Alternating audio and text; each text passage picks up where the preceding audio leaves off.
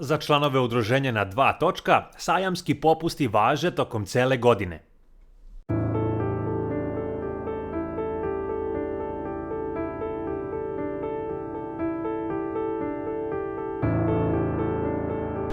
Došao sam ovde jer ovde postoji jedan konj kojeg ja ne mogu da nađem u BG-u.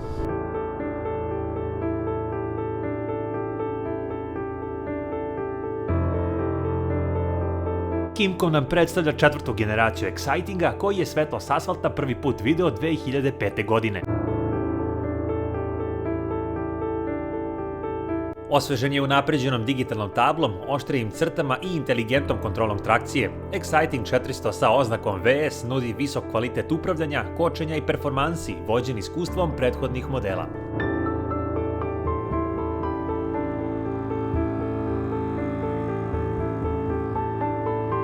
Prednji točak od 15 inča sa dimenzijom gume 120/70 snažno zaustavlja dupli disk, a pozadi se kotrlja 14-inčni točak sa dimenzijom gume 150/70 koji zaustavlja solo disk podržan naprednim nivoom kontrole trakcije koji u slučaju forsiranog kočenja raspoređuje silu zaustavljanja, oduzima snagu u zadnjem točku i dodatno stabilizuje moguće proklizavanje i zaustavljanje čak i pod nagibom.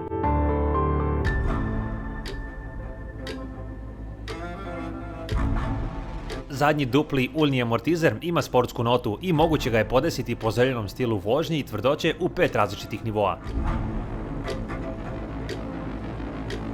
Ispod oklopa se nalazi agregat zapremine 400 kubika koji razvija 34 konjske snage i obrtni moment od 37,5 Nm. Model 400, poput njegovih prethodnika, posjeduje Nudu softver koji pripada fabrici Kimco, koji se povezuje sa vašim telefonom, pružajući sliku GPS-a, informacije o vozilu i tome slično.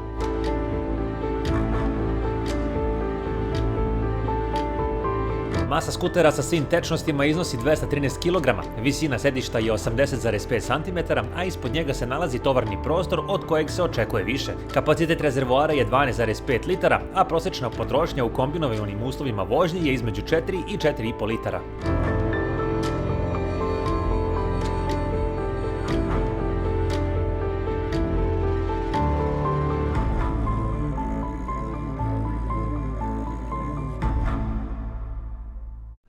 Skuter koji je falio kanalu i pun sam utisaka trenutno što se tiče njega, toliko da ne znam odakle da krenem. Osjećam se kao da vozim Honda Forcu, čuje se kao dvocilindraš, poteže i povlači kao onaj Beverly 400 i ne znam više odakle da krenem. Njegov zvuk je vrlo specifičan, dakle nemam osjećaj da vozim skuter koji ima jedan cilindar, pogotovo kada se pusti gas. Dakle, kada se gas pusti, jednostavno čuje se drugačije, čuje se snažno i njegov sam rad je nekako snažan, jak. Bukvalno osjećam to kroz ručice, osjećam to po sedištu i jednostavno mi govori da ima mnogo snage. Nadam se da ćemo izaći na autoput da vidimo kako izgleda neko ubrzanje i tako dalje, ali jednostavno prvi utisak je wow, jedan cilindar se čuje ovako strašno, pa bar ovoga. Evo i ovako dok kruziramo, jednostavno onako pišti bruj i pišti u isto vreme. Evo dok idemo tom nekom, ajde da kažem, gradskom brzinom 40-50, evo potrošnje oko 3 litre. Pa dobro, između 2,5 i 3,5 litre, ali ajde da kažem, evo, 2,5 i 3 litre. Dakle, ta neka gradska vožnja 50 na sat. Inače, koliko sam čitao o ovom modelu i što sam imao prilike malo da dam gas i da vidim kako ide pod malo jačim pritiskom, ume da potroši. Čoveče, ide, kao nevreme. nemam šta da kažem, ne fali mu snage, zaista osjećaj je fenomenalan kada se ovom modelu da gas. Bravo, bravo. Što se tiče sedenja, sedište mu je nekako onako, imam osjećaj da mu je malo tvrdo sedište, ali daleko od toga da to mene nešto negde žulja. Jednostavno, taj materijal kao da je malo tvrđi, a opet dozvoljava mi da nekako upadnem u njega. I ovaj naslon za leđa osjeća se, radi dobar posao, nije preveliki, ali opet nekako se tako namestite da vam zaista bude lepo i udobno.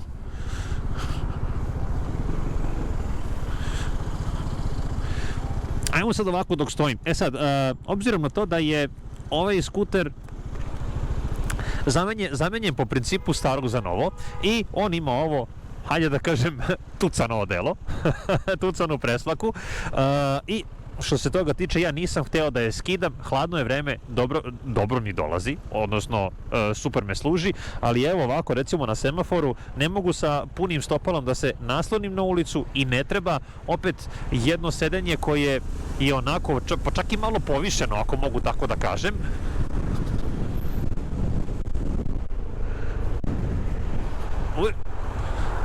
Malo mi je i nezgodno, moram da priznam. Nisam do sada vozio sa ovakvom keceljom do sad. Jednostavno, njegovo sedište je onako prilično više i imam nekako osjećaj kao da sam izdignut, kao da vozim neki adventure model. Nekako sam ovako izdignut. Ne znam da li mogu da vam prenesem taj doživljaj.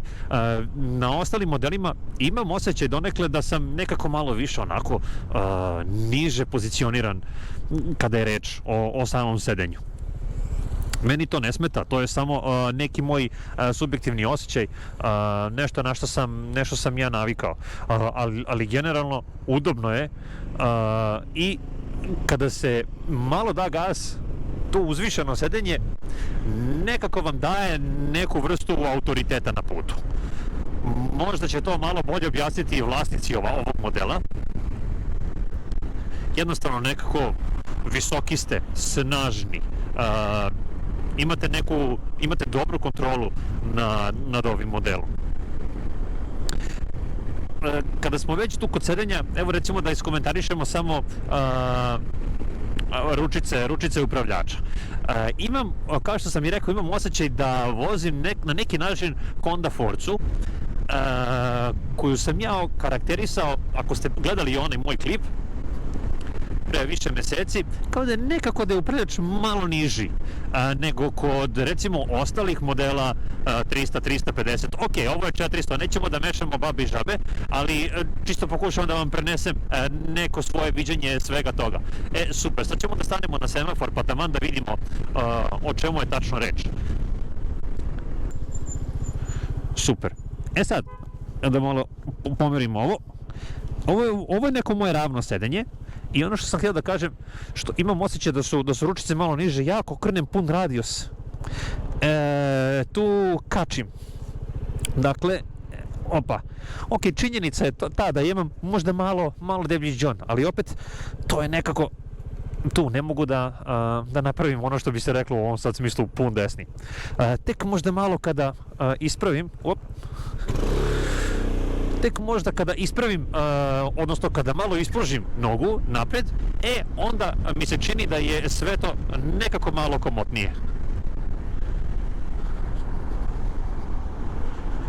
Sad, ja sam u Novom Sadu, grad donekle poznajem, a donekle ne, ne znam da idem, želim samo da vozim i da vam prenosim neke svoje utiske. Jel to okej? Pa jeste. A na kraju ćemo da svratimo po balans palačinku, najbolje palačinka u gradu. Ma da, Novi Sad ima ove bulevarske ulice. Kakav bre, Beograd. Što se tiče retrovizora, podsjećaju me na retrovizore recimo jednog QJ Forda 350. On ima baš ovakve proreze kao kod nekog sportskog automobila i oni su super, oni daju dobru preglednost, onako solidne su veličine. ono samo što sam ja našao, što bi, evo opet neki moj lični kriterijum, je da recimo ovo ogledalo ne može više da ide ka tamo, znači da mi pokaže još neku, kako se to kaže, još neku širinu prema onoj tamo strani.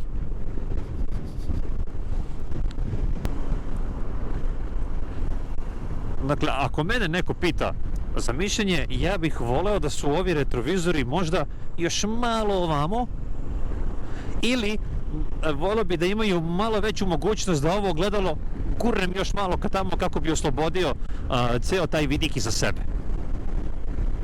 Instrument tabla je, kao i cela prednja maska ovih prethodnih Exciting 400, doživjela promene.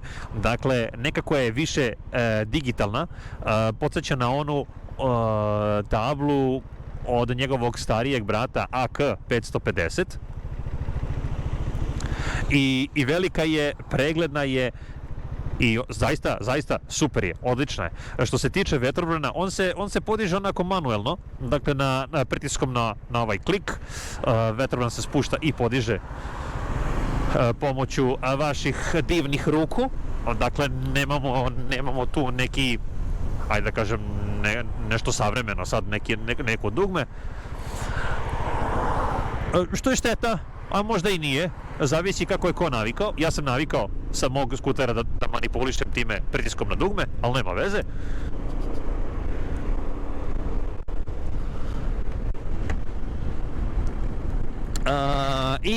I ono, u ovim, evo da kažem, hladnim danima nedostaje mi grejanje ručica. Ali dobro, Bože moj.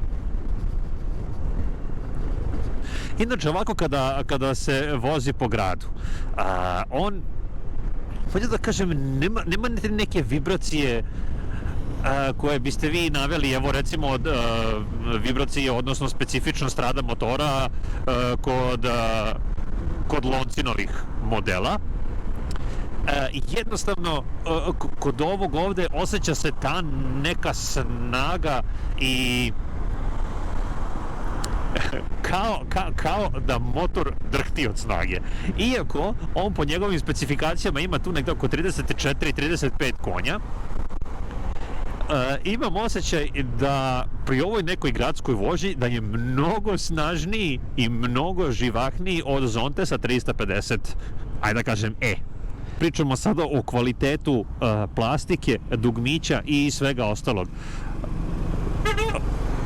Jednostavno, ja mislim da Kimkovi modeli, pogotovo ova serija 400, je postala premium. Dakle, ako ćemo da je poredimo sa kvalitetom plastike, završne obrade, celokupne mašinerije, dugmića, ona ništa ne zaostaje za jednom Yamahom X-Max. Sve je čvrsto, lepo urađeno, maltene kada se zagledate u plastiku, sve izgleda perfektno, kako na oko, tako i na dodir. Što se tiče vetrobrana, kao što sam i spomenuo, on je trenutno u nekoj najvećoj svojoj visini i negde mi je u visini vrata, što znači da mi vetar praktično struji tačno tu po nosu. I ovaj vetrobran neodoljivo podsjeća na onaj koji smo imali prilike da vidimo na AK 550, generalno kod Banetovog modela. Dakle, koji ima već, ajde da kažem, možda 2-3 godine. Možda i 4. Nemojte mi uzeti za reč. Dakle, maltene, to je skoro pa isti taj vetrobran, koji je dobar, lepo je estetski urađen i super stoji liniji celog modela, samo nisam siguran koliko je efikasan na, recimo, hajde da kažem, na autoputu. Ako pričamo o udobnosti, izuzetno je udoban. I njegovi amortizeri su na neki način sportsko udobni. Dakle, osjeća se ta neka tvrdoća ta spremnost njegova za vožnju u krivinama, ali sa druge strane upija veoma dobro i tu se njemu ne može ništa zameriti. Dakle, odlično i izbalansirani amortizeri, fenomenalno. Podsjećaju me opet na onu udobnost recimo jednog Beverly 400. Ja sam rekao da su Beverlyevi amortizeri, odnosno Shova amortizeri izuzetno kvalitetni, izuzetno dobri, međutim ovo što ima Kymco uopšte nije šala i ni malo recimo ne zaostaje za jednom Shovom. Ma da, sjajno.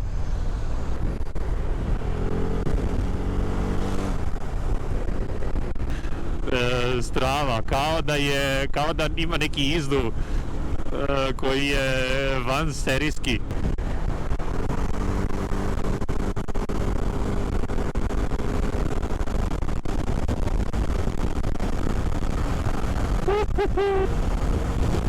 Ja Novosađanima da se preselimo ovdje kod vas. Ovo je super. Novi Sade. Pa ti si bre stvoren za 2, a i za 3 točka.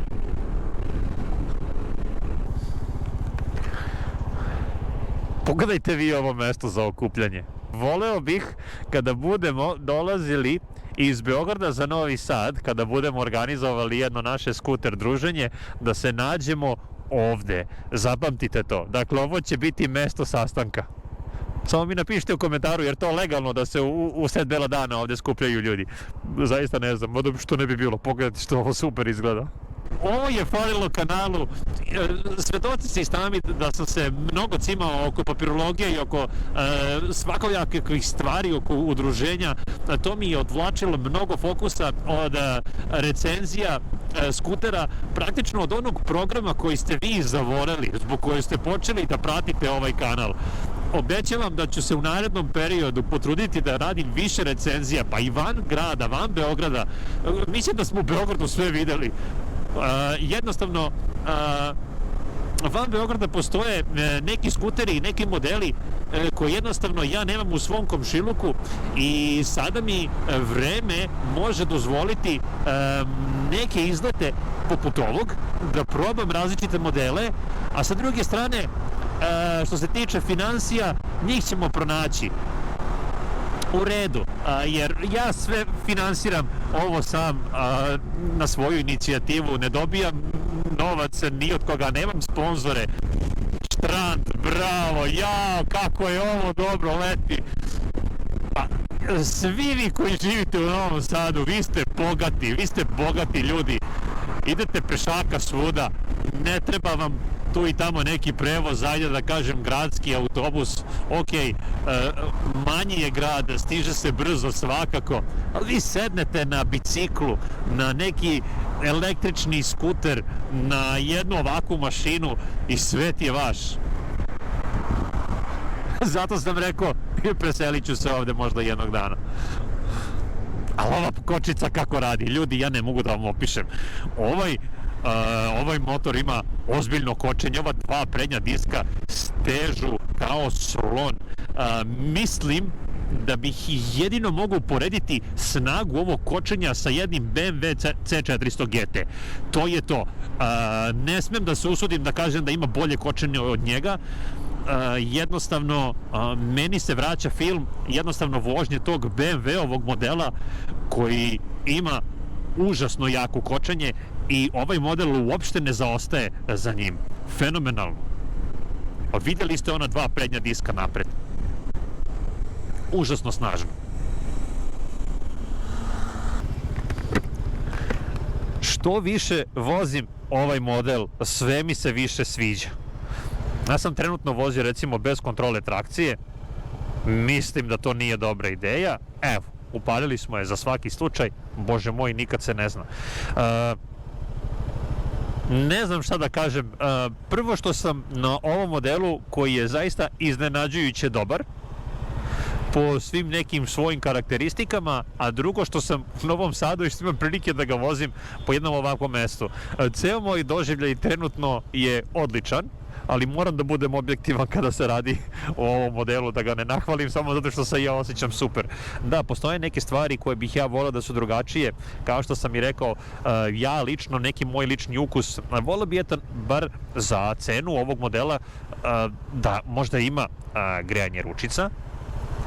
Što se tiče vetrobrana, ne mora da ima elektronski podizač, dovoljno je što ima ovu opciju da se na klik podiže i spušta.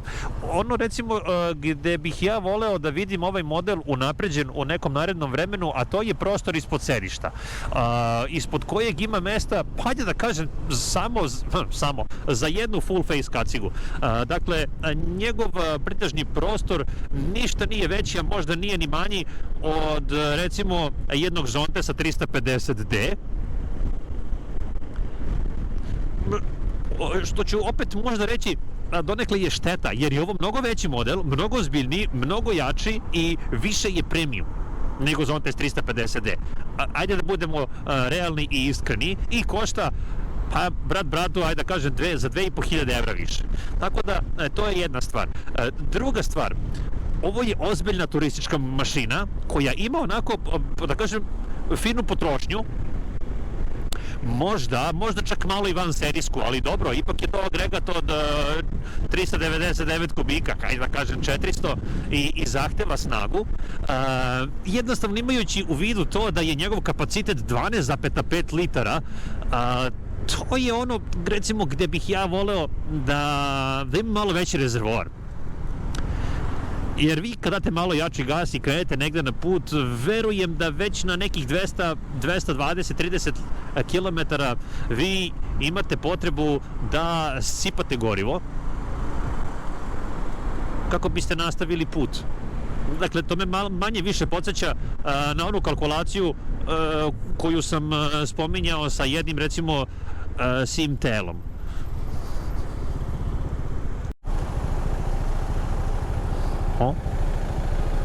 Ovo se okreće, jer to tako treba. Brrrm, čekaj, gde se ovdje da je gazom? Brrrm, brrrm. Zadnja kočnica ima nešto što vam može spasiti živu glavu ukoliko je potrebno naglo zakočiti u krivini. Ne samo da vas zaustavlja, nego na neki način želi da ispravi motor, a u isto vreme da vam i pomogne da uđete u krivinu ukoliko ste to naumili. Ne mogu tačno da vam opišem šta se tu sve dešava. I jako čudno, i jako interesantno, i jako dobro.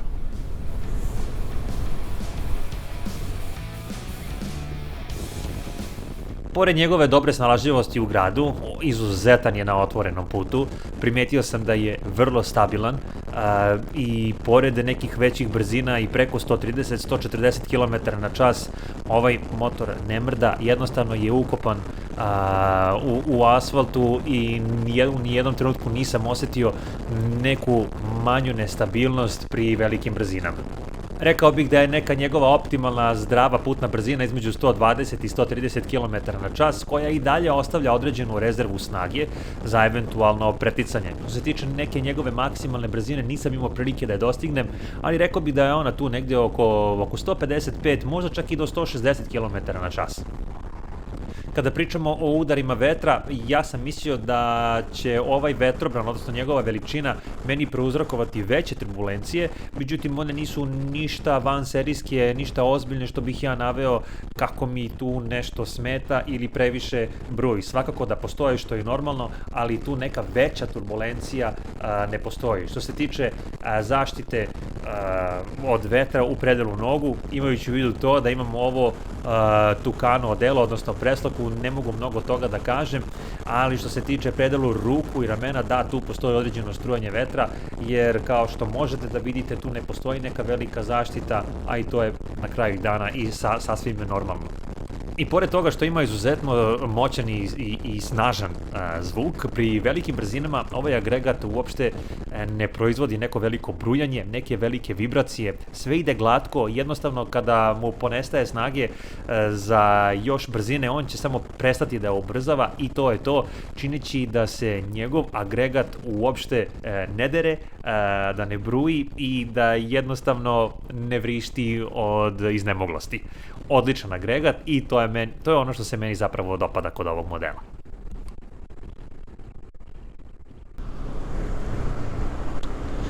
Vreme je da vratim ovaj skuter tamo da i pripada. Ja se svima vama zahvaljujem na pažnji. Ukoliko ste stigli do samog kraja ovog videa,